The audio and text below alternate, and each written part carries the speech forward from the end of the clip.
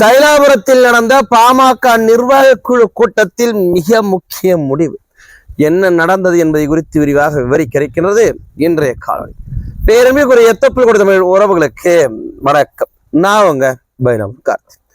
விக்கிரவாண்டி இடைத்தேர்தலுக்கான தேதி அறிவிக்கப்பட்ட பரபரப்பான அரசியல் சூழ்நிலையில தைலாபுரத்துல தமிழின போராளி மருத்துவர் ஐயா அவர்கள் தலைமையில பாட்டாளி மக்கள் கட்சியினுடைய நிர்வாக குழு கூட்டம் இன்று காலை கூட்டப்பட்டு நடக்கப்பட்டுச்சு.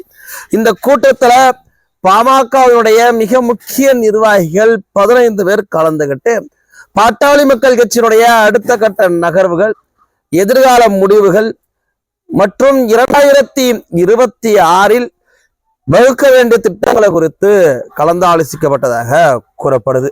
அது மட்டும் இல்லாம விக்கிரவாண்டி இடைத்தேர்தலின் போது இந்த நிர்வாக குழு கூட்டம் கூட்டப்பட்டதனால விக்கிரவாண்டி இடைத்தேர்தல்ல பாமக போட்டியிடுகிறதா என்கின்ற மிகப்பெரிய கேள்வி எல்லோர் மனதிலும் எழுந்திருந்தது. அதற்கு காரணம், விக்கிரவாண்டி தொகுதி என்பது பாட்டாளி மக்கள் கட்சியினுடைய கோட்டையான ஒரு தொகுதி.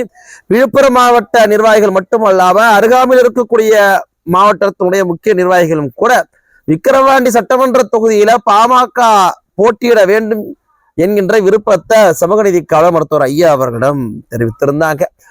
இந்த சூழ்நிலை அதை குறித்து இன்றைய தினம் நிர்வாக குழு கூட்டத்துல கலந்தாலோசிக்கப்பட்டிருக்கு.